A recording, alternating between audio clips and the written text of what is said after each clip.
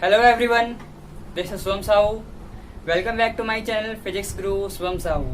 तो आज के इस वीडियो में हम लोग कूलम्स लॉ के ऊपर कुछ न्यूमेरिकल सॉल्व करेंगे, ठीक है। और कूलम्स लॉ के ऊपर जो भी थ्योरी है उसकी वीडियो में पहले ही बना चुका हूँ और उसका लिंक मैं आपको डिस्क्रिप्शन बॉक्स में दे दूंगा, तो आप वहां से जाके देख सकते हो। तो आइए बिना टाइम वेस्ट किए हम अपना पहला क्वेश्चन देखते हैं। तो ये है हमारा फर्स्ट क्वेश्चन। अब इस क्वेश्चन में क्या कहा गया है तो देखते हैं हम लोग। The electrostatics force of repulsion between two positively charge ions carrying equal charges is 3.7 into 10⁻⁹ Newton when they are separated by a distance of 5 angstrom. How much electrons are missing from each other? तो हमें question में क्या बोला हुआ है, इसमें हमारे पास इस क्वेश्चन के अंदर दो इक्वली पॉजिटिवली चार्ज आयंस दे रखे हैं, ठीक है। और वो दोनों ही कितने के डिस्टेंस पे प्लेस्ड हो रखे हैं वो भी हमें गिवन है, और उन दोनों के बीच में कितना फोर्स ऑफ रिपल्सन एक्ट हो रहा है हमें साथ के साथ ये भी गिवन है। और हमसे क्या पूछा हुआ है, हमसे ये पूछा हुआ है कि उन दोनों ही पॉजिटिवली चार्ज आयन से कितने इलेक्ट्रॉन्स मिस हुए हैं या फिर लूज हुए हैं। हमें नंबर ऑफ इलेक्ट्रॉन्स निकालने हैं कि कितने मिस हुए हैं ईच पॉजिटिवली चार्ज आयन से। क्लियर है? तो इसे हम कैसे करेंगे? तो इसको करने का सबसे आसान सा तरीका है कि हमें पहले तो ये देख लो कि क्या क्या गिवन है और फिर क्या निकालना है। सबसे पहले तो ये देखो हमें क्या गिवन है, फोर्स गिवन है, फोर्स ऑफ रिपल्सन गिवन है और हमें डिस्टेंस गिवन है। और निकालना क्या है, मिसिंग आयंस निकालना है, मतलब नंबर ऑफ इलेक्ट्रॉन्स निकालने की कितने मिस हो रखे हैं। तो अगर आपको ये फॉर्मूला याद होगा चार्ज का फॉर्मूला, ये चार्ज का एक फॉर्मूला होता है Q इक्वल टू में NE। ये फॉर्मूला होता है चार्ज का Q इक्वल टू में NE। ये फॉर्मूला होता है। ये Q क्या होता है? Q होता है चार्ज, N क्या होता है? नंबर ऑफ इलेक्ट्रॉन्स, और ये क्या होता है? चार्ज ऑन इलेक्ट्रॉन, ठीक है। ये क्या होता है? Charge on electron. इसकी एक फिक्स वैल्यू होती है और वो कितनी होती है? वो होती है 1.6 into 10⁻⁹ कूलम, ठीक है। ये वैल्यू फिक्स होती है। अब देखो हमसे क्या पूछा है, how much electrons are missing from each other. एक दूसरे से कितने इलेक्ट्रॉन्स जो हैं वो मिस हो रखे हैं, हमें ये निकालना है, ठीक है। तो मतलब हमें क्या निकालना है, नंबर ऑफ इलेक्ट्रॉन्स कितने मिस हो रखे हैं। तो इसे हम कैसे निकाल सकते हैं, यहां से n इक्वल टू में क्या आ जाएगा, Q अपॉन में E। Q अपॉन में E। अगर मुझे उन आयंस का चार्ज मालूम पड़ जाए और इलेक्ट्रॉन का चार्ज तो हमें मालूम ही है, तो हम ये यहाँ से n निकाल सकते हैं। ऑफ कोर्स निकाल सकते हैं, हम लोग निकाल सकते हैं ना। हमें Q बस निकालना है, ये तो हमें मालूम ही है कितना होता है, 1.6 into 10⁻⁹ कूलम। ये होता है E की वैल्यू। तो हमारा काम क्या होगा, Q निकालना। Q निकल गया तो समझो नंबर ऑफ इलेक्ट्रॉन्स कितने मिस हो रखे हैं एक दूसरे से, वो हमें मिल जाएगा। क्लियर है? तो आइए निकालते हैं हम इस Q की वैल्यू, कि इस Q की वैल्यू कितनी होगी। तो देखो हमें क्या क्या गिवन है, एक तो हमें दोनों के बीच का फोर्स गिवन है और डिस्टेंस गिवन है। लिख लो पहले इसको। तो F इक्वल टू में 3.7 into 10⁻⁹ न्यूटन। R कितना दे रखा है, 5 एंगस्ट्रॉम। एंगस्ट्रॉम का मतलब इंटू 10⁻⁻10। तो इसका मतलब क्या हो गया, 5 मल्टीप्लाई में 10⁻⁻10 मीटर। क्लियर है? अब ये दो चार्ज आयन के बीच में फोर्स कितना एक्ट हो रहा है वो दे रखा है। अब देखो ये ऐसे है कुछ, ये मान लिया ये पहला एक चार्ज आयन है और ये दूसरा एक चार्ज आयन है। इनके बीच की जो डिस्टेंस है वो 5 एंगस्ट्रॉम है, ठीक है। अब दोनों पे ही कैसा चार्ज है, दोनों पे ही सेम चार्जेस है, इक्वल चार्जेस जो है दोनों कैरी कर रहे हैं, तो दोनों पे ही Q और Q चार्ज है। ठीक है, तो इन दोनों के बीच में कूलम्स लॉ के फोर्स का क्या फॉर्मूला बन जाएगा, ये बनेगा F इक्वल टू में K Q1 Q2 अपॉन में R स्क्वायर। Q1 की वैल्यू Q है, Q2 की वैल्यू Q है, तो क्या हो जाएगा K Q अपॉन में R स्क्वायर। क्लियर। और क्या हो जाएगा K Q स्क्वायर अपॉन में R स्क्वायर, ये हो जाएगा बिल्कुल। अब इसके आगे सॉल्व करते हैं, तो इसके आगे सॉल्व करने के लिए मैं इसे मिटा देता हूं।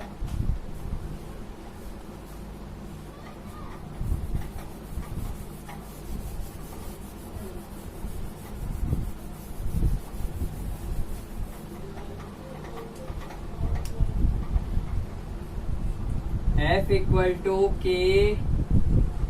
Q स्क्वायर अपॉन में R स्क्वायर। क्लियर। F की वैल्यू 3.7 इंटू 10 की पावर माइनस 9 इक्वल टू में K की वैल्यू 9 इंटू 10 की power 9 into Q square upon में R की वैल्यू क्या है 5 इंटू 10 की पावर माइनस 10, 5 इंटू 10 की पावर माइनस 10 का होल स्क्वायर हो जाएगा ये। अब इसे सॉल्व करके हम यहाँ से Q की वैल्यू निकाल सकते हैं, तो यहाँ से Q स्क्वायर क्या आ जाएगा 3.7 इंटू 10 की पावर माइनस 9 इंटू में 25 इंटू 10 की पावर माइनस 20 अपॉन में 9 इंटू 10 की पावर 9। क्लियर। अब इसको सॉल्व करो, क्या आ जाएगा, तो इसे सॉल्व करके Q स्क्वायर की जो वैल्यू होगी वो क्या आ जाएगी, तो इसे देखते हैं जरा। 3.7 इंटू में 25 अपॉन में 9 इंटू 10 की पावर माइनस 38 हो जाएगा ये। क्लियर है। अब हम इसे सॉल्व करते हैं, तो इसे सॉल्व करके हमारा आंसर आएगा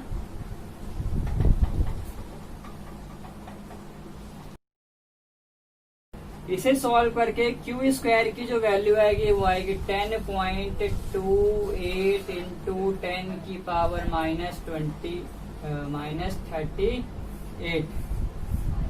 ठीक है, ये आएगी तुम्हारी Q स्क्वायर की वैल्यू। अब यहाँ से इसका स्क्वायर कर देंगे तो हमें Q की वैल्यू मिल जाएगी।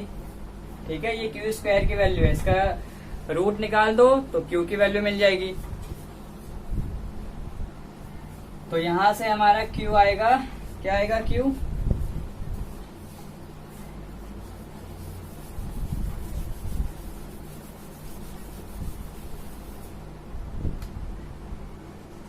Q स्क्वायर इक्वल टू में 10.28 इंटू 10 की पावर माइनस 38 है। तो यहाँ से जब Q निकालेंगे तो यहाँ से करेंगे तो इसका अंडर रूट हो जाएगा, और अंडर रूट होने के बाद जो इसका आंसर आएगा वो 3.2 इंटू 10 की पावर माइनस 19 कूलम, ये आ जाएगा Q की वैल्यू। ठीक है, आप इसे सॉल्व करके देख लेना, यही आंसर आएगा। अब देखो हमें Q मिल गया तो N निकल सकता है। N का फॉर्मूला क्या था, N इक्वल टू में Q अपॉन में E, ये था। Q की वैल्यू मिल गई 3.2 इंटू 10 की पावर माइनस 19 अपॉन में E की वैल्यू 1.6 इंटू 10 की पावर माइनस 19। ठीक है, इससे ये कट गया, पॉइंट से पॉइंट कट गया, आ गया 2, मतलब N इक्वल टू में 2 इलेक्ट्रॉन। ठीक है, N इक्वल टू में 2 इलेक्ट्रॉन मिस होंगे एक दूसरे से। ठीक है, एक दूसरे आयन से, एक दूसरे पॉजिटिवली चार्ज आयन से 2 इलेक्ट्रॉन्स जो है वो मिस होंगे। N इक्वल टू में 2, N इक्वल टू में 2, तो इसका मतलब होता है कि इनमें जो है वो 2 इलेक्ट्रॉन मिस होंगे, ठीक है, 2 इलेक्ट्रॉन की मिसिंग होगी। तो ये था क्वेश्चन, इस तरीके से ये क्वेश्चन होने वाला है, ठीक है। तो एक बार मैं फिर से फटाफट बता देता हूँ कि हमने कैसे किया था। देखो हमें क्या निकालना है कि हमें नंबर ऑफ इलेक्ट्रॉन्स कितने मिस हो रखे हैं ईच आयन में, हमें ये निकालना है, ठीक है। और फोर्स गिवन है कि उन दोनों आयंस के बीच में कितना फोर्स एक्ट हो रहा है, और आर हमें गिवन है। तो हमने क्या किया, एक फॉर्मूला होता है Q इक्वल टू में एन ई का, तो यहाँ से एन का फॉर्मूला क्या बन जाएगा, Q अपॉन में ई। तो हमारा काम क्या था, Q निकालना था। तो हमें फोर्स दे रखा था, फोर्स हमें गिवन था और डिस्टेंस भी गिवन था। तो हमने कूलम्स लॉ लगा के हमने Q निकाल लिया और फिर इस फॉर्मूले में पुट कर दिया और इसको इससे डिवाइड कर दिया। तो हमारे पास n इक्वल टू में 2 आ गया, ठीक है। इतने इलेक्ट्रॉन्स मिस होंगे। तो ये था हमारा फर्स्ट क्वेश्चन। अब हम इसके बाद करेंगे इसका दूसरा क्वेश्चन। तो ये है हमारा कूलम्स लॉ का सेकंड क्वेश्चन, ठीक है। तो इसे आप लोग सबसे पहले वीडियो को पॉज करके जरूर इसे सॉल्व करना, ट्राई करना इसको, और अगर नहीं हो फिर उसके बाद मैं हूं ही, ठीक है।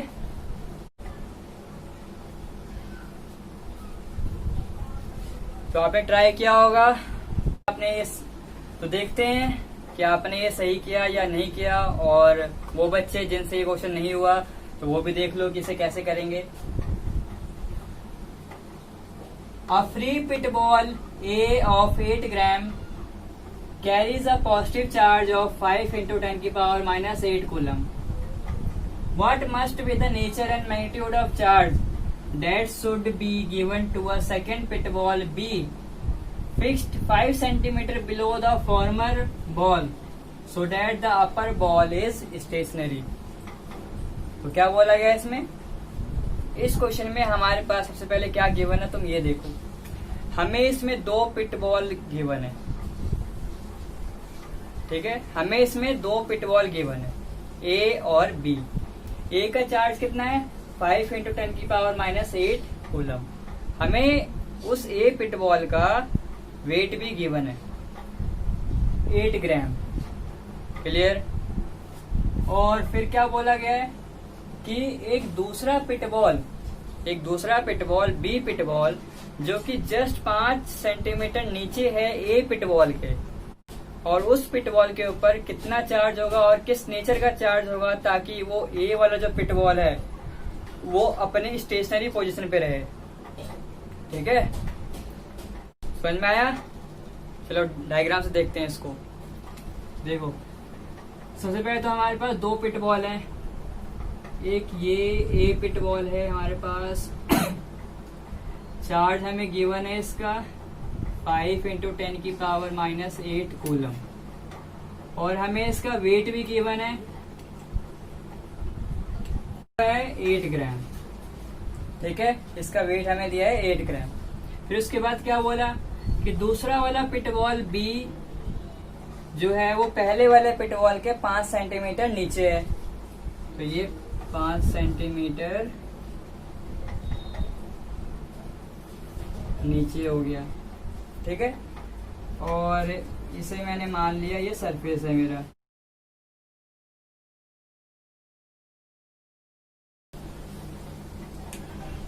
तो अब देखो इसमें करना क्या है, हमें क्या करना है कि इस बी वाले के ऊपर चार्ज निकालना है कि इस बी वाले के ऊपर कितना चार्ज होगा और किस नेचर का होगा, ताकि ये ए वाला जो पिट बॉल है वो स्टेशनरी रहे, क्लियर है। इस ए वाले पिट बॉल को हमें स्टेशनरी रखना है, तो उसके लिए बी वाले के ऊपर कितना चार्ज होगा, इसका नेचर क्या होगा, ये निकालना है, क्लियर। तो इसे कैसे करेंगे हम लोग, तो देखो अब ये ए वाला जो पिट बॉल है वो फ्री फॉल में है, तो इसके ऊपर एक ग्रेविटी का फोर्स एक्ट होगा। तो ग्रेविटी का फोर्स एक्ट होगा तो नीचे की ओर mg अप्लाई होगा, और इस mg के कारण ये बॉल नीचे की ओर आना चाहेगा। लेकिन हमें क्या चाहिए कि ये ए वाला जो पिट बॉल है वो अपनी उसी जगह पे रहे, स्टेशनरी पोजीशन में रहे। तो इसका मतलब इसको एक अपोजिट डायरेक्शन में कोई ना कोई फोर्स अप्लाई होना चाहिए। तो यहाँ पे एक अपोजिट डायरेक्शन में फोर्स अगर अप्लाई होता है तो इन दोनों के बीच में एक फोर्स ऑफ रिपल्सन अगर एक्ट होगा तो वो इस डायरेक्शन में एक्ट होगा, है ना। तो इसका मतलब क्या होता है कि ये इसके ऊपर किस नेचर का चार्ज होना चाहिए, पॉजिटिव नेचर का। पॉजिटिव नेचर का चार्ज होगा तभी तो इसके ऊपर फोर्स ऑफ रिपल्सन अप्लाई होगा, तभी तो इसके अपोजिट डायरेक्शन में फोर्स अप्लाई होगा, और ये फोर्स mg को बैलेंस कर लेगा, तो इसकी पोजीशन जो है वो स्टेशनरी रहेगी। क्लियर हुआ। अगर ये नेगेटिव होता है, ठीक है, अगर ये नेगेटिव होता है और ये पॉजिटिव होता है तो क्या होगा, नीचे की ओर mg अप्लाई हो रहा है और फोर्स ऑफ अट्रैक्शन अप्लाई होगा, तो फिर तेजी से जाएगा नीचे, ठीक है। लेकिन हमने क्या मान लिया कि ये भी जो है पॉजिटिव का होगा, अगर ये नेगेटिव का है तो ये भी नेगेटिव का होगा, तभी तो इनके बीच में फोर्स ऑफ रिपल्सन अप्लाई होना चाहिए। यहाँ पे फोर्स ऑफ रिपल्सन अप्लाई होने के लिए दोनों ही पिट बॉल का नेचर जो है वो सेम होना चाहिए, ठीक है। तो क्या कह सकते हैं, charge on pith ball should be of same nature as a pith ball.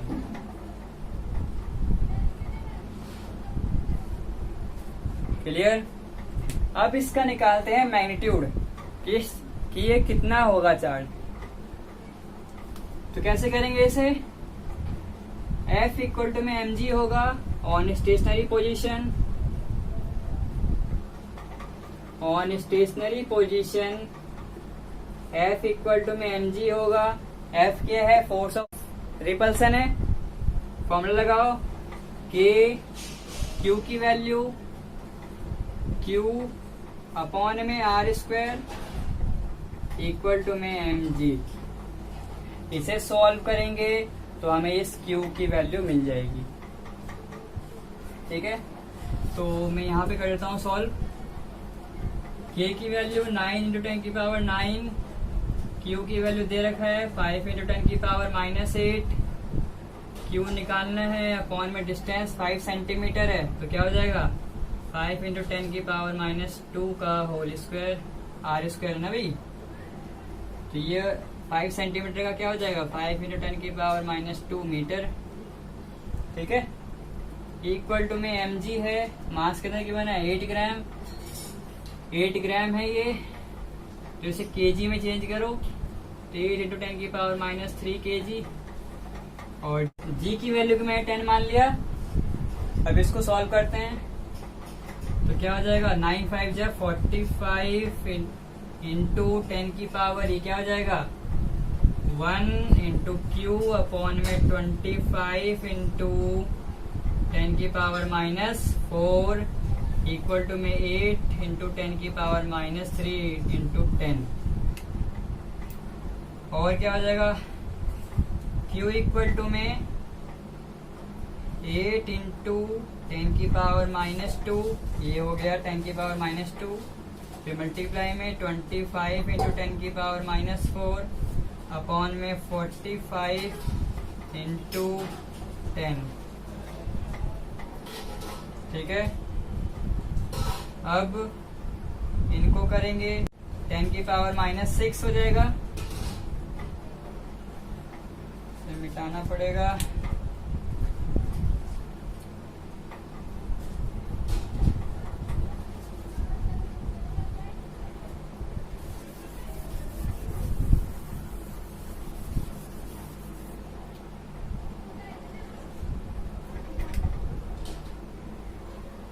Q equal to में 8 इंटू 25 इंटू 10 की पावर -6 अपॉन में 45 इंटू 10, Q इंटू 25 8 से कितना होता है याद है 200 अपॉन में 45 इंटू में 10 की पावर -6 इंटू में ये चला जाएगा, ये ऊपर भेज दिया मैंने। अब इसको करते हैं 5 9 जा 5 40 जा, सो करो क्या आ जाएगा,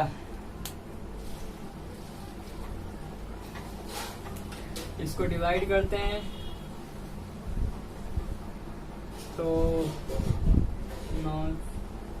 इसको डिवाइड करते हैं तो 36.036 ये आ जाएगा 4.4 फिर 4 इंटू 10⁻⁻7 कूलम। इतना चार्ज जो है वो इसका होना चाहिए और सेम नेचर का चार्ज होना चाहिए ताकि ये ए वाला पिटबॉल जो है वो बैलेंस रहे। ठीक है, इस ए वाले पिटबॉल को बैलेंस रखने के लिए हमें इतना चार्ज चाहिए और सेम नेचर का चार्ज चाहिए। क्लियर? तो आज की वीडियो में इतना ही, मिलेंगे हम हमारी अगली वीडियो में।